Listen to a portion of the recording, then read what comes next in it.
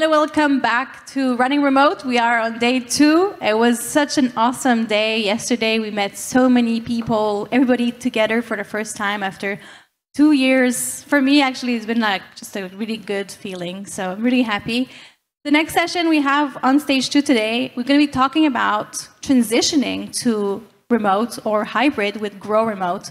We will talk with Tracy Keogh and Joanne Mangan, who's going to come talk about the transition. So please come on stage. We're going to have a great conversation with them. And at the end of the session, you can ask questions to Tracy and Joanne. You can ask questions on Slido, so you can go online or live on your phone, sli.do.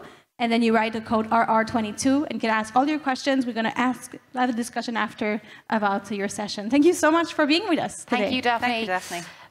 We will try and keep this as interactive as possible. So, hello, my name is Tracy. I'm co-founder of Grow Remote.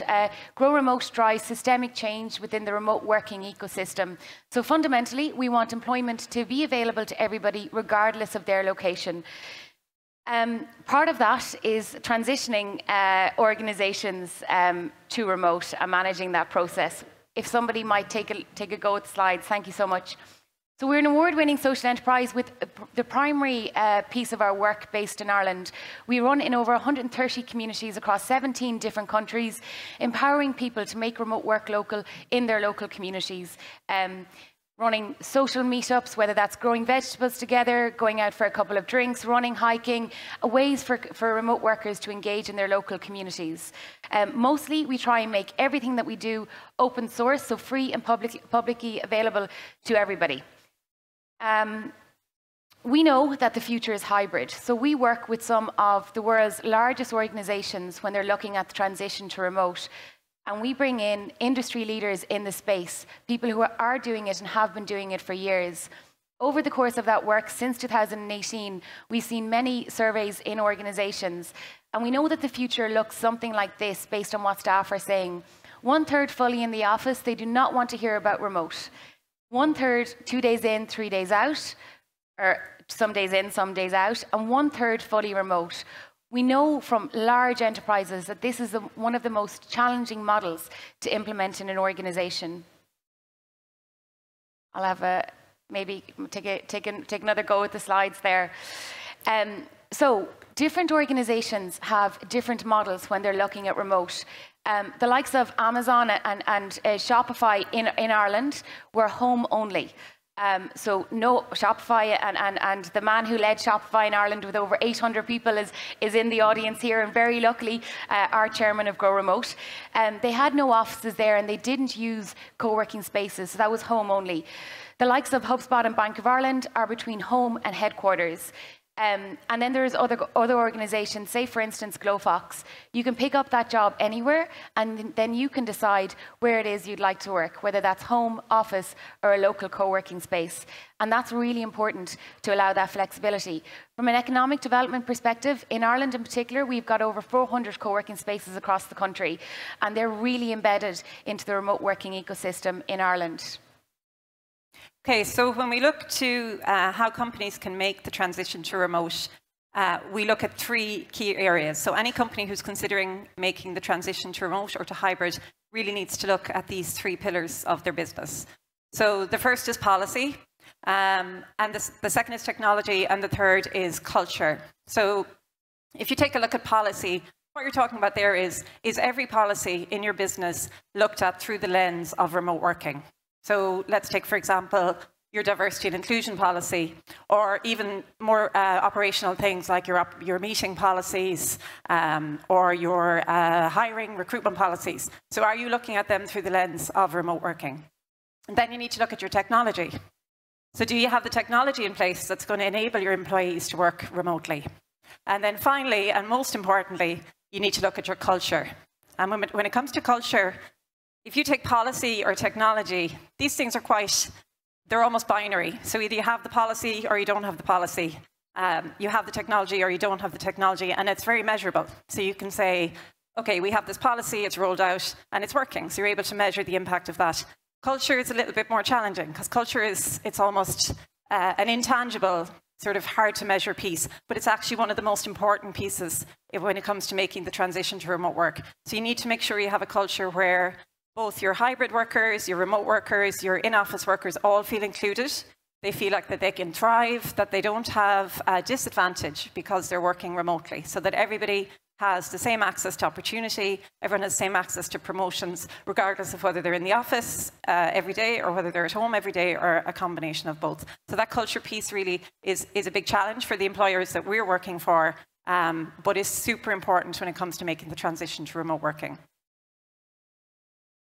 Thanks, Tracy. So when we talk to companies about making the transition to remote, it doesn't matter if they're hybrid or if they're fully remote, they need to take a remote first policy. And actually, Doist have a really nice blog on this about how to be remote first, even when you have an office. If you get a chance, you should definitely check it out. So what does remote first mean? So remote first doesn't mean you're remote. It means that you take a remote first approach to everything that you do. That means your meetings. So if you take a remote first approach to meetings, that means you're not building your meetings around the office, you're building your meetings around the fact that the people are dialing in remotely. So that's things like making sure that everyone is dialing in on their own device, and that everyone is dialing in, say even if there's people in the office, they're not all in a conference room around a star phone. I think speakers here yesterday from Mural were talking about the dreaded star phone, but that everyone is dialing in on their own device, that everyone who's dialing in from home can see who's on the screen and is able to communicate with everybody. When it comes to resources, then it's really important to have a single source of truth. So a single source of truth is a centralized place where you're keeping all of your information, all of your documentation, and that can really negate this whole idea that's going around about remote working, which is, what about these water cooler moments, or what about these opportunities where you just run into somebody in the corridor, or that learning by osmosis for younger staff that they don't get in a remote working culture. But actually, if you have a single source of truth and you document everything really well, then you don't need those water cooler conversations, because sometimes you might hear the wrong thing in a water cooler conversation, right? So your single source of truth, it's your Bible. It's where all the information your employees need to know to do their jobs really well is there, and everyone has access to it regardless of where they're sitting. So we are very lucky in the remote working ecosystem that we have organizations like GitLab and other organizations who make all of these learnings public and very easily accessible to organizations. But as Joanne said, implementing that in a large enterprise is a whole other ballgame. One leader that we worked with in a very large bank said, "Oh my God, this is a behavioral science lab." To try and manage this change. Some of you might know Kate Lister. She's one of the best researchers in the space of remote work, built a website called Global Workplace Analytics, and has a lot of information on that. And she says three things: make remote work available to all. It's not the role it's not the person that is remote, it is the role. Defining that within the organization so it's fair. Allowing the reuse of savings to be used to implement the capital investment you're going to need at the very start to make remote work work brilliantly. And third is people managers. People managers need to be supported on the transition to remote.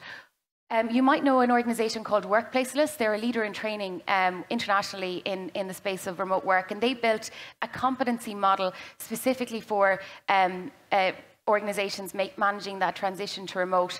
I mentioned pieces like digital proficiency in communication. Really strong written communication is something that we hear time and time again from employers when they're looking to retrain staff to allow them to thrive in a remote working world. But also what workplaces have done in this competency model is separate that out between different levels of the organization. So different levels need different supports and skills. So, to get into the actual change piece, I was lucky enough before I came full-time into Grow Remote to work in Ireland's largest bank, managing that transition to remote. Between that and the work that we're doing now, particularly Joanne on Alliance, which we'll bring you through later on, we've learned a little bit about how change happens. So if we take change in an organisation at 3 different levels, if you can imagine an apartment block or an office block, executives at the top, right? They need a suite of supports to help them understand the business case for remote. And at executive level, we want to go across all sides of the organisation. You need sales, legal, HR, finance, IT, all coming together around how do we make this work, and really bought in to that idea of that cultural transformation that needs to happen. And what we're hearing from large enterprises is really understanding the business case for remote. We do understand the benefits of remote work. I mean, everybody's talking about them all the time, and we're in a little bit of an echo chamber in our world. But what are the risks? What are the downsides to it? How do you mitigate against them? Supporting executives with that. Come down to managers. Managers for companies that are in a transition to remote, they were brought in on one way, and now we're asking them to change altogether. The one organization we worked with did a staff survey. 77% of managers said they want everybody back into the office. 88% of the teams that work for them said they wanted to work remotely. I mean, that's a huge gap. We need to have empathy for the managers that are tasked with actually delivering this change management program and support them on that.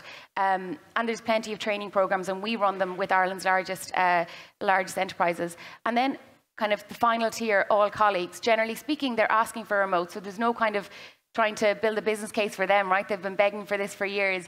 But supporting them with the skills that they need to be able to work remotely brilliantly is very important. So the chicken and egg problem.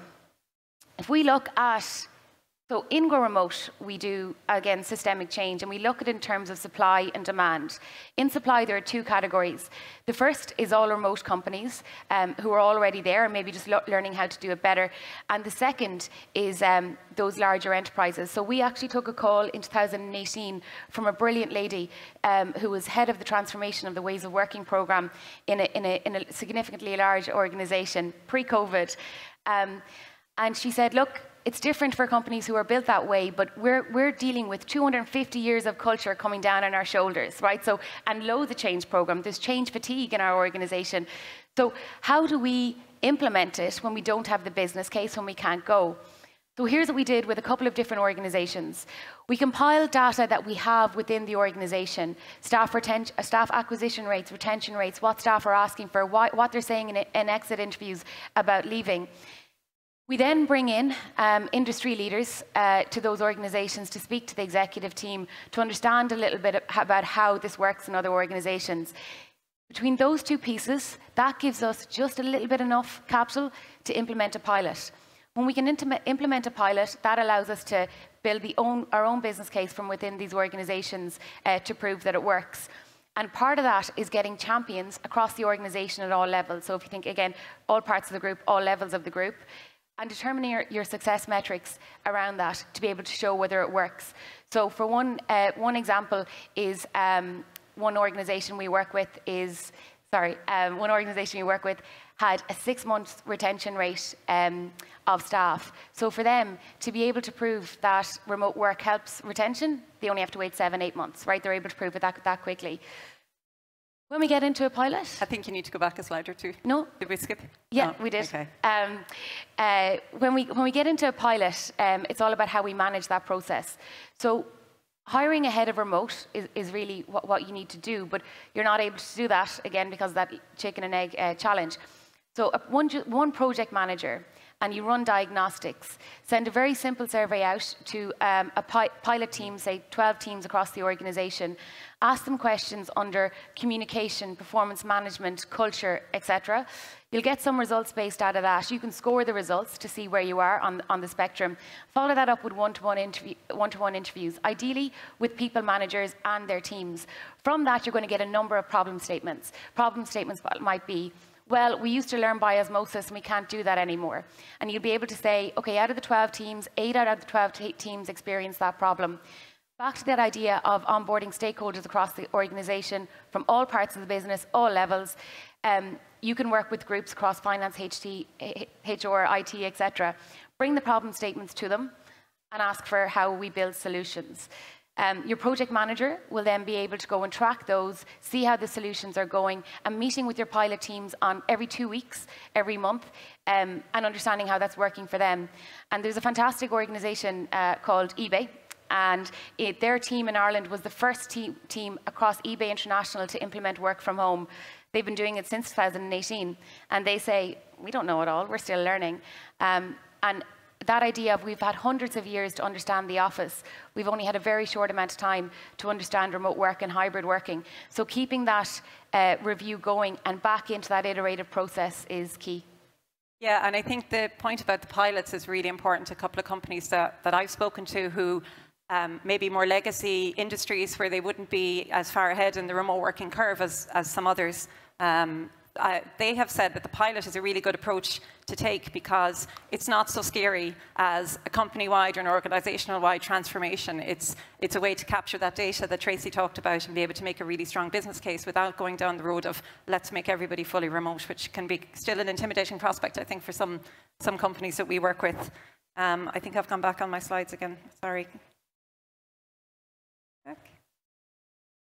No, I'm right. Okay, so when we look at the transition to remote work, we often hear problems, right? So we talk about this all the time at Grow Remote, that we're, yes, we know there's problems, we know there's challenges, but what we really need to take is a solution-focused approach. So for every problem that's been identified as a challenge to remote work, there are solutions, and we're seeing these solutions coming through from the companies that we work, some really good remote-first companies like Shopify, like HubSpot, who've been able to find solutions to these problems, and now it's just about sharing that as widely as we can. So, for example, if you look at technology, so we don't have the technology in place as an organization to make the shift to remote work. Well, you can pilot, test and learn new technologies on collaboration tools or on performance management and see how those work, and that's just a really good approach. Try out the technology and test it with your employees and then measure back to see what has the impact been. The same for social isolation. Social isolation can be a big challenge when it comes to remote working. Not everybody likes to work on their own at home, but there are solutions to the issue of social isolation. One is community. So at Grow Remote, we have a community of remote workers all around Ireland and beyond. But the other is an internal community. So you can talk about building your internal community within your organization and making sure that you're facilitating that and that you're enabling your teams to also interact with each other. That doesn't mean you have to organize a very structured community and regular events. That you can leave that up to your teams. The teams can take ownership of this, but it's just all about facilitating those kind of interactions with your team, facilitating team meetings and cross-team meetings as well, so that people, you're kind of trying to reproduce that thing where you meet people in the corridor who's working for another team. So those things are really important. With onboarding and training, again, this is cited quite regularly as a challenge of remote work, and I've heard it said that you can't onboard a new hire remotely, which I really would question, and I question that because we see companies who can do it and have done it really, really well. So it's just about putting the right structures in place. A really, really strong onboarding process is important, and not just a short, just for the first month, but this is a continuous thing. And also having a buddy system. So a couple of companies we work with who are remote organizations, they appoint a couple of remote buddies. So it might not even be one, it could be someone on your team, but it could be someone else from a different team. And you make sure that they're connected with their buddy regularly, and the buddy is sharing with them some of that kind of internal stuff about the company, like, oh, did you know this guy is a bit like this, or all that kind of stuff that you don't get, or that you would get in the office. You need to try and figure out ways to reproduce that remotely. And then people manager transition support. Tracy talked about this, and I'm going to talk a little bit more about it in the next slide as well. Train your managers, coaching your managers is super important. This is a big transformational project, and it's a big transformation for them too. So it's just really important that you're giving them the support that they need. Yeah, it is. And if we think about, just as Joanna's going through that slide, if we think about how the head of remote role was trending a couple of years ago, that internal community piece is the biggest trend that we're seeing in enterprises now, building that support mechanism within the organization to facilitate people meeting across the organization. So we know, thanks to Remote How, again, a great organization in managing hybrid and remote training, that trust is still the single biggest issue in remote, in companies transitioning to remote. And actually, I'm thinking about a session where we brought in John Reardon when he was leading that team in Shopify, and we brought him into this risk-averse organization. And they said, but I can't trust Jimmy, he's just useless. Like, I just can't trust them. And I think John asked the question, was this a problem before remote happened, or was this an ongoing problem? And sometimes remote work surfaces the challenges organizations already have. And actually some of the training supports that you're putting in is kind of very good people manager training that perhaps should have been there in the first instance. But this is why, aside from the training, that ongoing coaching is one of the most powerful ways to support the people managers as they manage that process.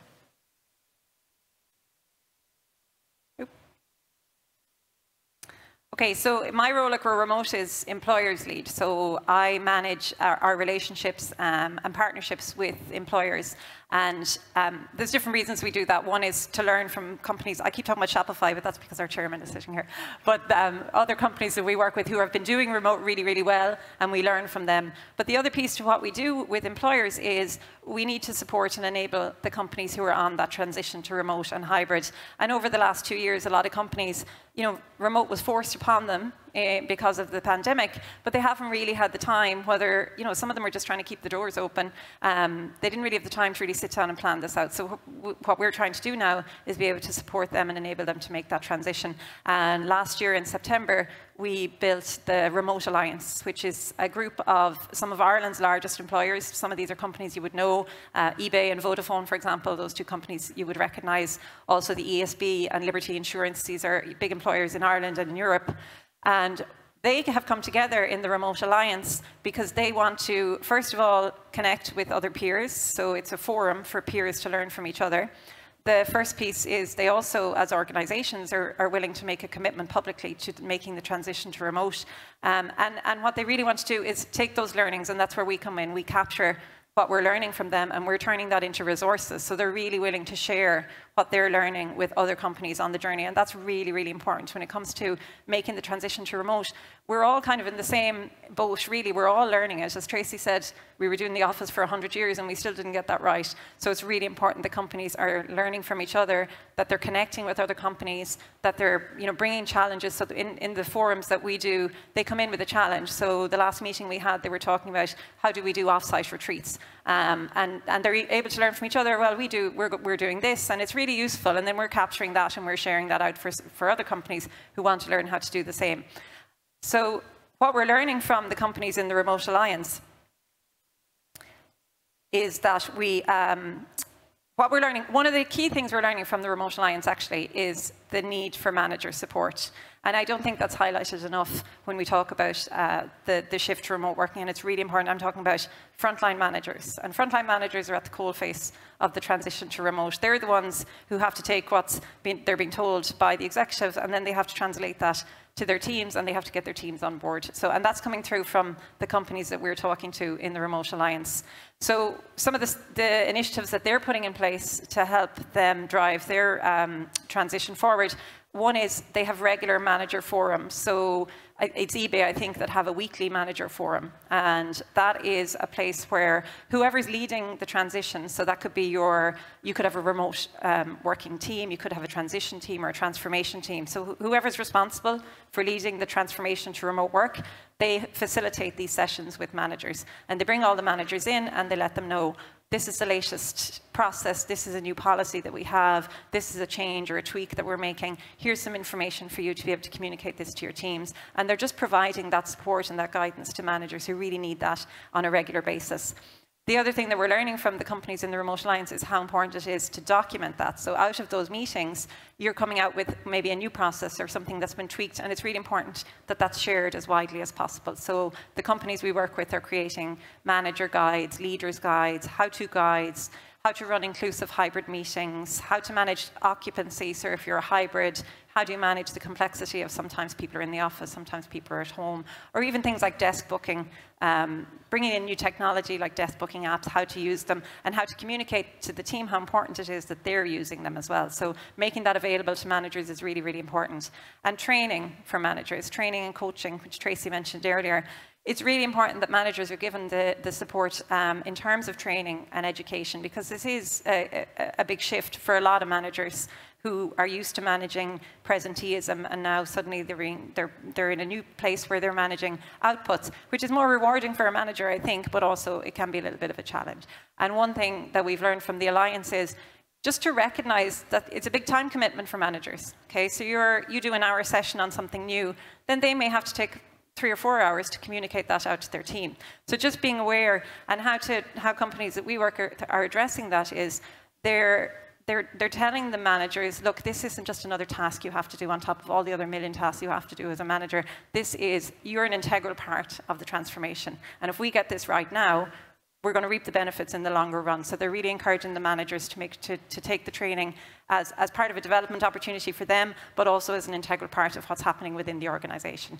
And then finally, the last lesson that we've had from the Remote Alliance is how important it is to take regular surveys. So you need to be doing regular touch points with your teams. It can be really simple. You don't have to have any big process around this. Just send out a monthly survey. You could have 2 questions. Are you working remotely, or are you working hybrid, or are you working in the office? Second question, how engaged are you feeling? Do you feel connected to the organisation? And you track that as the months go on, maybe take some demographics like gender and age, so you're able to see if there's any trends. So Mags is someone we wanted to highlight today. Mags Forrest, she is the smart working manager for an organisation called the Electricity Supply Board. They're Ireland's national energy carrier, and they employ thousands of people in Ireland. They're a member of our Remote Alliance. And the reason we've highlighted Mags here today is because she's showing the kind of leadership that we really need to see from organisations. So she is not only a member of our Remote Alliance, but she's also giving up her time to talk to other companies in our community. She's helping us build resources. She's connecting with other companies who are also on the transition to remote and trying to bring them into the Remote Alliance. So she's really, and one thing which I think is great about ESB as an organisation is they talk a lot about how they don't have all the answers, and they say this publicly, which is a hard thing to do for a large corporate. They say this year is their learning year. They've called 2022 their learning year. And they're saying, look, we're trying to figure this out, but we're trying to do it together, and we're trying to be as public and honest about it as we can. So it's that kind of, I think you call it vulnerability in a way, that leadership sometimes, are hesitant to show, but it's really, really important. So having someone like Mags within your organisation is really, really important, that she is connecting with others and helping to build that community of employers, which is always going to help make that transition. So we at Grow Remote, how we engage with employers, and anyone who wants to talk to us after this, or if anyone wants to connect with us online, there's different ways that we engage with employers. So we run employer partnerships, different kinds of partnerships. We have a partnership with companies who are fully remote. So some of the companies who've been doing it for a long time, with companies who are on the transition. We partner with small companies. We engage with SMEs and startups. Basically, any company who is interested in remote working can come and talk to me. There's hopefully something we can do to help you, and hopefully something you can share with us that will help us in our mission. And we also provide training and supports. We have 3 free training programs, so they're fully funded training programs, leading remote teams for people managers, and thriving remotely for employees. And we also do a training program for job seekers as well. So anyone who wants to contact us, my email is joanne@growremote.ie. And I'm Tracy at growremote.ie. I think there's a huge amount there, and there's a couple of organisations that would credit Joanne's work in managing the transition to remote, and sometimes it's as simple as a conversation and introducing them to others in the community, and sometimes it's as significant as a big project in change management. But whatever it is, there's a huge chance to drive significant societal change. So we're here talking about change within organisations. But remote work for people like us who don't live in cities has the ability to transform people's lives, the communities that they exist in. They have more time or money spent in their local community. So whatever way we need to make this work for companies, we need to make it work. It's a very exciting time, and certainly, Joanne there mentioned getting in contact around employer partners. I've no doubt that the people in this room have a huge amount of knowledge in this space. There's a huge gap for knowledgeable people. We call it before Christ and after death, so before COVID, after COVID, and the consultants who were in the space before and the consultants who were there afterwards. There was an organisation in Ireland who are delivering training and on remote work, and their managing director did a piece in our Sunday paper recently. And he said, yeah, remote work is great. Just make sure you have them in the office for the first year, because that's where they're going to learn your culture. And we thought, okay, this is the problem. And how do we address that? And if we're looking at, again, zooming out from companies, the societal change that we need to happen, we need people like you who are in this room today speaking to the companies who we're speaking about, so we can bridge that gap between the old and the new, and ensure that companies have access to all the right information to make the best decision for themselves. If a company decides they don't want to go remote, I mean, we're not going to bash them over the head for it, as long as they have all the right information to make that happen. Any questions? Daphne's going to come up and ask us some questions. Yes. Thank you so much for the session. I'm so amazed by everything you've been saying. I think everything is so right on. There's so much work to be done to transition to remote. So thank you so much for sharing all this information. And if you miss anything, you know, come watch the playback. It's really worth it. So if you want to ask questions today, so please go on Slido again, sli.do, and then put the code RR22. And then we can start asking questions. We have a bunch of questions already in, so that's great. So first question for you, whoever wants to take it, how to effectively performance manage leaders in a virtual world? So performance management, performance review for leaders, basically. I would say performance managing leaders should be the same whether you're in the office or you're remote. It shouldn't really matter, because your objectives and your goals as a leader are the same. Your objectives and goals as a leader are to, you know, drive employee engagement, to drive the success of the business, to drive customer satisfaction. These things don't change whether you're remote or in the office. I think what's different maybe, first of all, it's to make sure that you have the right type of leaders in place, that they are able to effectively lead their teams remotely, and that they're not trying to micromanage and measure presenteeism, that they don't just say, oh, I saw John in the office till 8 o'clock in the evening, so I know he's working really hard, whereas I don't see Mary who's working remotely. So it's about setting up your leaders for success by providing them with the right guidance, the right training, but also making sure they have the right management style. And that management style was around before remote working came as well. So the idea of giving your team autonomy, of trust, those are all, you know, leadership skills that should have been there even before COVID, but they've really come to the fore now because of remote working. So I think it's just about, you know, you don't need to reinvent the wheel. You need to keep a clear focus on what your leaders are there to do, but just provide them with make sure that they have the right skills, make sure that they have the right abilities, and make sure that you're, as an organization, you're measuring outputs, not inputs. You're not measuring bums on seats. You're not measuring hours in the office. You're measuring what are your teams producing. That's what's really important. Yeah, I think I can add on this is like our managers having like a way to measure their own performance. You know, it's kind of hard for a manager to know, like, am I performing well? You know, am I a good manager in a virtual world? Do you have anything to add to this? Joanne mentioned the 2 additional questions that you'd add into your staff survey. So if you're working remotely, do you feel as engaged, and you say you were working in the office, do you feel as engaged working remotely as you were there?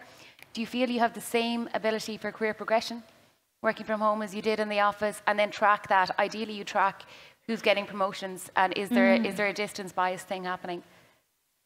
Awesome, interesting. Cool.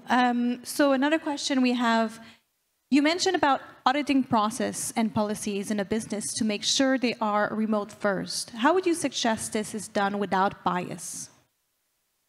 I wonder what they mean by without bias. Without bias. Yeah. Without bias for remote workers, or maybe I guess maybe how to make sure the policies are that there's no biases within the policies for remote versus. I'll take it as that, and if I'm wrong, the person can correct me. Can write and hop in the chat if they are in the chat, or if they are in live. Are they live? Is it a live person? Oh, it's a live person. Nice. Wait, let's go to him. I'll just go ask him just to clarify his question. So basically, when auditing processes like inclusion and that sort of thing, there's always this kind of focus on making sure a process isn't biased. So the person auditing it, on how you do that remote, kind of makes that a bit more difficult. So how do you make sure that there's maybe a triage system for auditing processes? Okay, so I think if you, let's say diversity and inclusion process, and if you want to make that remote first, what you need to do is you need to look at it through a remote lens. So you either need to put yourself in the shoes of a remote employee or bring in some remote employees to ask them about that. So getting that input into your process is really important, that you're hearing the voices of the people who might be affected by it. I think then when you look at your policies, it's important to put a structure around it so that you're able to measure the impact as well. So you're able to measure your diversity and inclusion now that you've gone remote. You know, what kind of structures are you putting in place, like Tracy said there, to do surveys? So what kind of structures are you putting in place to be able to capture, is your diversity and inclusion policy really working for remote workers the same way as it's working for in-office workers? So I think just having a framework for your new processes, but every process within the organization needs to be looked at through the lens of remote working. It's really important, but also through the lens of people who are in the office. So it can get kind of tricky, but you really have to take both of those perspectives when you're coming up with a new policy. And it's really important, particularly for diversity and inclusion, that you don't make any assumptions. So you don't make an assumption that, you know, women with caring responsibilities or people with caring responsibilities are going to want to work remotely. They may not. Some people want to get out of the house and get away from the kids, right? So it's really important to consider these things when you're coming up with your policies. About this, I agree with this, being a mother as well. Another question would be, hi, fully remote worker in Dublin here, so local. What impact do you see on the economy if we see a major shift to remote work in the coming months and years? Hello, Karen. Get involved in your local community in Dublin, please, and be involved in this conversation there. There's loads of meetups happening across Dublin City. Interestingly, for Dublin, we were talking about it this morning, our national kind of organisation in Ireland called Enterprise Ireland just released a 50-page report on the impacts of remote work to the exchequer, to local communities, to businesses, etc. And one of the things that we hear a lot is remote work will kill cities, which lacks a huge amount of imagination for what cities could be like if you could actually live in them. So it will completely, I suppose, redefine how our local economies work. So if you think about, I'll take Ireland because that's where the focus of our work is. Vacancy rates on our main streets are increasing. Our buildings are becoming unoccupied.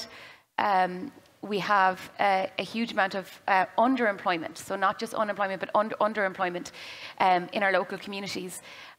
Chase from Duist, I have to tell this story, sorry. He got his job in Duist from my hometown in a rural place in Galway. And that's something that could never have happened a couple of years ago. So if the average salary in one location is, say, 29,000, and you're able to secure decent employment with career building opportunities on a salary of 70, 80,000, that money pours into the local economy and brings back up those coffee shops, those gyms, whatever is on the main street. And we do need mechanisms to make sure that goes back in. But it just simply completely redefines how people live. And Ireland had obviously a huge amount of emigration, primarily to the States a couple of years ago, and it's because of where jobs were, and that erodes not just our main streets, but the very fabric of our local communities. And remote work just brings all that back. It's so transformative. I don't actually even have the words for it. It's just magic. It's incredible. Yeah. That's awesome. It's so exciting to see that just how the world's going to evolve in the next couple of years. So exciting. And we get to work into it, make it work. Any good frontline leader training on how to manage virtually available? Yeah. Question from Philip. GitLab have a free training program to manage remote teams. Start there. They know what they're talking about. In Ireland, we run a free training program for people managers, and Joanne mentioned the time. The cost to the company is the time we're asking their employers, their people managers, to dedicate to that, and we supplement that with additional supports from the community. So again, that kind of consultation piece around that. Remote How, Workplaceless are kind of the ones that I would know. And then as we're seeing other training programs spring up, but those are the biggest ones. Another question from Martin. A great presentation. Thanks, Thank you, Martin. First question. So he has two questions. One is, in terms of manager training, what kind of stuff specially do we need to help them with? That's a really good question, Martin. So there's a few elements to what a manager needs, the skills and the competencies that a manager needs to develop to be really effective in a remote setting. And actually, some of this is covered in our Leading Remote Teams training program, which I'm going to give another pitch for if anyone's interested in. But first of all, there is change management, so that's really important, and being able to lead the change within your team so that you're able to take what's coming from that, the senior level, senior exec, and you're able to translate that in a way that you're bringing your team on board with you. And that's kind of hard to do. I mean, people have been through a lot in the last 2 years. So being able to empathize with your team and bring them on board is really important. Communication. So communication in a remote world is a little different. Communication in an office doesn't mean it can't be just as good, if not better, but managers need to be equipped with the skills of being able to communicate. How do you run one-to-ones with your team when you're not getting to sit in front of them every day? So being able to do virtual one-to-ones, being able to do regular check-ins. Really important to check in with your team regularly when you're a manager, but some managers might misunderstand that to mean I have to be onto my team constantly, which can also feel a little like too much for the employee. So being able to communicate really well. Performance management, again, very, very important. How do you trust your team to be able to do the work that they need to do without micromanaging them and without checking in on them constantly, without monitoring what time are they logging on in the morning, what time in the evening. So that's all about setting really, really good OKRs, really good goals and objectives, and being able to follow up on them in a way that isn't micromanaging the employee, but the employee is feeling like they have the autonomy to do their work, but you're still able to put the structure in place to know, are they being productive, are they doing a good job? So those are probably the main things. I don't know, Tracy, is there anything else you'd add in there? Main things. Yeah. It's funny because you would expect that for managers also in person, you know, like it's good management for office space as well. Well, I remember a manager saying to me, somebody in a one-to-one got a bit upset, something was happening in their life and they got a bit upset. And in a real life environment, she'd say, oh, Joanna, pass her a tissue. I couldn't do that through the screen.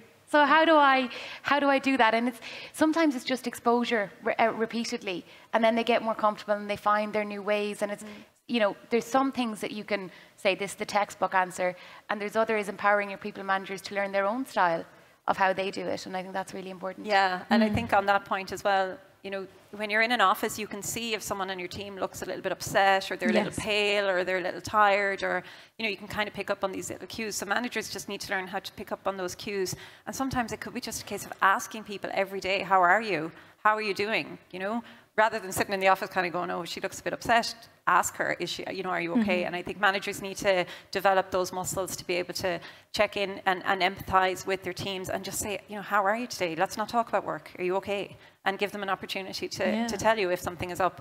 Use the real-time Zoom meetings or calls for these kind of connections instead of like. But part of that as well, there's a little bit more employee ownership that they need to take, and that's why there's that thriving remotely piece. Like you need to speak up.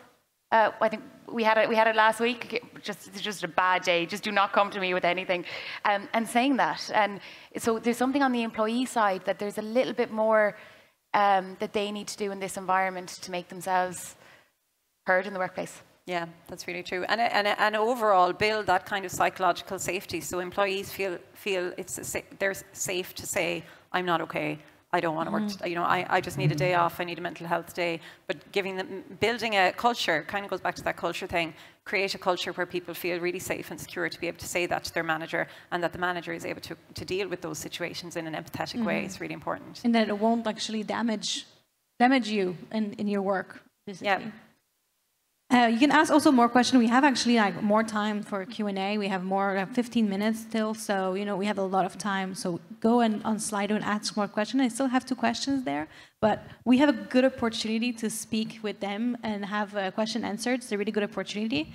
So another question is employee performance management. We see trends where some are leveraging the remote system by getting multiple jobs. Any insight of what companies are doing here? Yeah, I've been hearing that. Why would people get multiple jobs? This is actually the only thing that I heard here. And I have not heard this. I actually can explain that. So some people will get online, will get one remote job as maybe more of an entry-level job, something, and then would apply for another full-time job. So basically customer success for that one, and then I don't know, another one, 2 customer success job, 2 places, maybe not because it's a very hard job to do 40 hours a week, but they will be able to do an average job, 30 hours maybe each, and have 2 jobs, and then be able to basically have 2 jobs at the same time. Why? Some people just want to make more money, so this is how they see it. They're like, well, I can be paid 2 full-time jobs, and if you're in your early 20s and you kind of have a lot of time in front of you, why not? This is what I think. That sounds like my worst nightmare, to have 2 jobs. Yeah. I know, but for some people, it's kind of like, oh, it makes sense. I could make more money, because we think always time, money. I can just make more and work more. Actually, now that I think about it, now maybe this is because I've only heard this topic here, and maybe it was from that a conversation happened here with a senior executive, and he said that happened, and for this particular team member, they ignored it, and it happened again, and they fired them. It was in their contract that you can't have a second employment. Yeah, Germany, embassy in Germany is the same kind of thing. You're not supposed to have like 2 employments. They actually are careful about this to make sure you're fully focused on your I would imagine that's the same in most employment contracts. So I think the employer, there's not much they could do about that except point to the contract and say you're not supposed to do that, you're breaking your contract. They don't have any responsibility over what if the employee is working 60, 70 hours a week, they can't take responsibility for that. If that employee burns out, they've made the choice to take 2 jobs. So well, in real life, or like in the non-virtual world, you have people that have to have 2 jobs to be able to get by. But then now in the remote world where maybe time is not tracked, and then it's not about time, it's about output. If you're a very good outputter, why not actually get paid more and be able to do like 2 jobs? If you have the capacity to do 2 jobs, why not? I mean, you could be in the office working remotely for somebody else. I don't know. It reminds me of when I was in accountancy, some guy built this Excel file where you could be on Facebook, but Facebook was put into Excel. So if your boss checked, it would look like you're on Excel, but you're actually on Facebook. I mean, there's loads of ways innovative, but there's loads of ways to do stuff. Like if you're going to do it, you'll probably find a way to do it. No, definitely. So we have another question. Do you have other actionable tips to circumvent change fatigue? Yeah. Well, for us in this space particularly, right? So at growremote, we don't really care about remote work. We care about remote work as a tool for community development. If cheesemaking, we say, if cheesemaking would help our communities, we'd be on cheesemaking. It's just the most powerful tool because it's taking a first principles approach to community development. And when we speak to people about that side, they're like, yes, actually, we need to do this. And you fire them up, right? And then you give them platforms, you give them stages, and you let them come out and lead it. And all of a sudden, there's a fire coming from within them. They're pushing for it. They're so excited to be a part of it. And there's a lot of external validation or external kudos that they get. Like the people in the Alliance, we had, again, the CEOs design a commitment in their HR leaders meeting on a monthly basis. And, they're in newspapers, TV, radio. That's a brilliant opportunity for people. They're getting to lead in a space just from doing good work. So reminding people of the bigger mission. And then you can, with a why, you can, what do they say? With a good why, you can take any how. Yeah. It's that piece that has worked for us with this particular change to remote work. I'm really inspired by all what you're saying. I'm quite connected. I love what you're saying. Everything is really inspiring. What's the secret that helped you be heard by the local and national government on how remote work can change communities and be beneficial to Ireland? So I'll tell you what that was. So we started off in 2018 as a volunteer group with no money. We grew into 144 local communities with just that. So the thing about remote work, distributed employment, is that for the first time, anybody can create employment in their local communities. This employment used to be only up to government agencies to do. So what happened was politicians were going around knocking door to door, and they'd say, what are you doing for growremote? And what are you doing for remote work? And people were empowered to drive that change as a movement. And then we met with them and we just said, why, hey, will you do it? And they said, I don't know. Good relationships kind of is the key to, we talk about change management in an organisation and building relationships across the stakeholder groups at all levels. Same with government. And a little bit of push, then pulling back. We say, change of government sometimes is 2 steps forward, 1 step back. The government in Ireland are doing a good amount of work in it today. They, again, released something. The whole rural policy, there's the rural strategy. We launched it, and a large chunk of that is around remote work. There's a national remote working strategy. Talk to them and push for change and empower other people to push them for change and then support them with it. So we don't go to government and say, you should do. We say, we're doing this, will you help us with that? And they do. Yeah. And I think keeping the emphasis on the social impact of remote working, because sometimes we can get down into the weeds about remote work and, you know, is this way better than that way, or how do you do this, or how do you do that? But at the end of the day, if you take a look at the social impact of remote work in terms of revitalizing cities, bringing people into the workforce who might have been able to thrive in the traditional 9 to 5, there's a massive potential for remote work to really transform our societies. And that's a hard thing for a government to ignore if you're able to make that case really, really well. Oh, how do we assure productivity with remote workers when it's hard to know how much team members are actually working? That's such a classic question. Classic question, yes. yeah. Like before the pandemic, I worked for a software company, and we tried to bring in a remote working policy. And the remote working policy, it was, first of all, it was so hard to get this over the line, but they came up with this policy and they were like, isn't this great? We have a remote working policy. It was, you couldn't work remotely Mondays or Fridays. You could only work remotely if you had the, whatever, super high, what's it called, overachieving expectations rating in your performance review. Okay. So basically that meant maybe 3 people in my team could work remotely. Everybody else was like, how come they can work remotely and I can't? Grumble. Caused a lot of problems in the team. And the whole Monday to Friday thing was because they didn't want them taking long weekends, because you're not working when you work remotely. You're taking the long weekend to go off for go travel. So that myth of productivity, I think, has been really put to bed in the last 2 years. There's loads of research now to show that productivity has increased.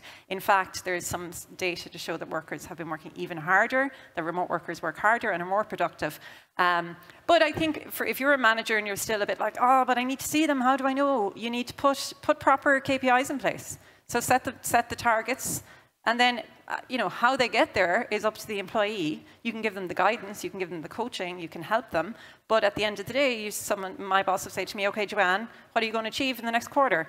And I say, well, this is what I'm going to achieve. And if I achieve that in the quarter, then what does it matter? You know, how many hours I put in, or what does it matter? You know, how much time, was I there at 9, you know, was I still there at 5? So it's a totally different mindset for managers. And what is your take on the hybrid model that's not really remote working, as you're still tied to a location? Depends on what's hybrid. We had this conversation, like, and I can't believe we're having it. Like, what's hybrid? If hybrid is, again, organizational hybrid, so a third, then you're advertising it in location agnostic way, and you have a building there, some are in it, some are half in it, half out, some are fully remote, and you embed remote first underneath that to make that work. But some people use hybrid as, 2 days in, 3 days out. And then they're hiring within a 50-kilometer radius of the office. Yeah, like, then you always have a half office. We talked last night about, over a few drinks, about a burner Twitter account. Oh, yeah. You know, where we're able to like call out this kind of stuff, like a bot, and say, you know, what is this? It's not remote working, but companies are finding, they're advertising hybrid. People are getting to interviews and they're saying, hold on now, I have to be in? I'm not going to get that job. So companies are going to get a lot clearer on this to save their own talent acquisition process. Yeah, and we're seeing some trends where companies were quite prescriptive about it. And I think with good intentions, sometimes, you know, maybe they did a survey and the employees said, yeah, we could do 2 days in the office. But now, as offices in Ireland now are starting to open up, those same employees are kind of going, oh, wait, hang on, I actually have to go into the office 2 days a week. And they're pushing back a little bit. And those companies who are being prescriptive are now starting to think, okay, we need to loosen this up a little bit and make it less prescriptive for their teams, which is really interesting. And I think that's going to develop further, as Tracy said, as they start to lose talent, or people don't go for the job because they don't want to have that restriction. Or just be told this is the day that you have to be there. It's okay to have access to an office, but don't tell them when it has to happen. I manage someone based in Australia, AUS, in Australia, who has a slow workload as the region is built up. There's minimal hours to talk as I'm in the East time zone. How do I ensure that he remain engaged? It is quite hard when you have kind of big time zone gaps like that. It is, and I think this is a learning that companies are experiencing. Well, they're hiring within time zones now to solve for this, like asynchronous communication for the mundane stuff, the worky stuff, and using your time that you do have, the overlapping time for one-to-ones, getting you know, to everything else with that particular person. But I think actually it's Nearform who do a piece on how they do time zones across countries. But ideally, or not ideally, but what companies are doing is time zone based hiring. Yeah. And if they can't, because I've talked to a few companies who they weren't able to find somebody in Europe, so they did have to. So they have. I know one company who was one person in Russia, but their feedback to me about how to manage that was make sure you hire someone who's able to work very autonomously, very independently, because that's a really important profile to have if they aren't going to have as much interaction with their manager. Yeah, it's really hard to do that with like junior level. Like if you're hiring someone who's junior who needs actually a lot of coaching to work asynchronously, it's very difficult. Do you have any like insight on this maybe? With different time zones? Different time zone, but like working with like maybe junior level people who needs a lot of help remotely, but it's maybe work in an asynchronous organization or like, have you seen that? Yeah, and I suppose it is back to that piece, asynchronous, and then when you do get the time together, really being deliberate about that time with them and supporting them there with good written communication, good async.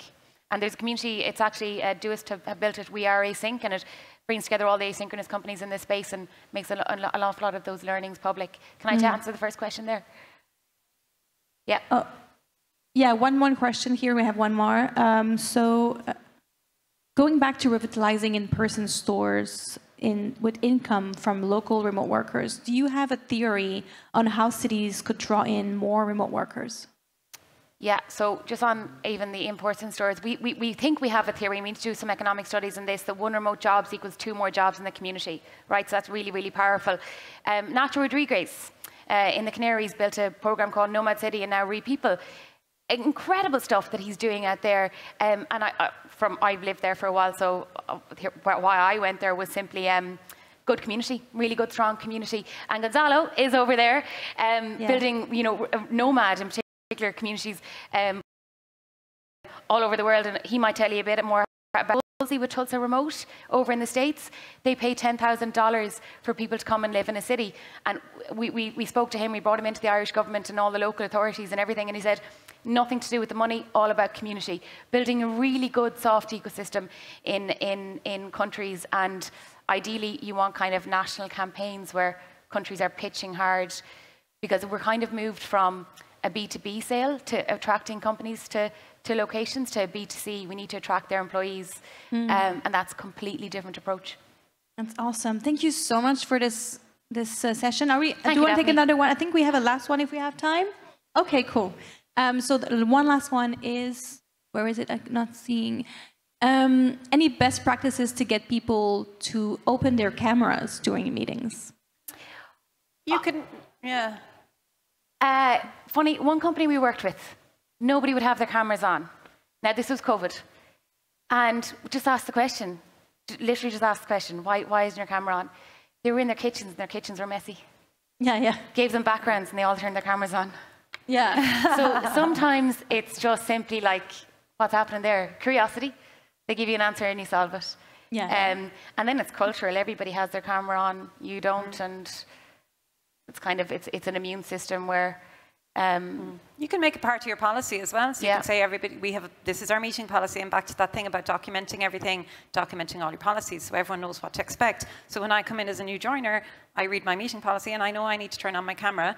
I mean, if there is a situation where you can't, I think companies need to be a bit flexible about that. But sorry, on that point about backgrounds as well, if you show people, of all the training we've done, right, the biggest, oh my God, that we've gotten was showing people the visual effects where they can just touch up their appearance. Oh, you know that button? Yeah. Perfect. See, blur background, touch-up effect. It's not a filter enough to be a filter. It's just enough to make you look all right. You can put on lipstick. And Exactly. Yeah. Oh, yeah, I know that hack. Awesome. Well, thank you so much for today. It's been such an insightful. Thank you so much. Thank you. Thank you.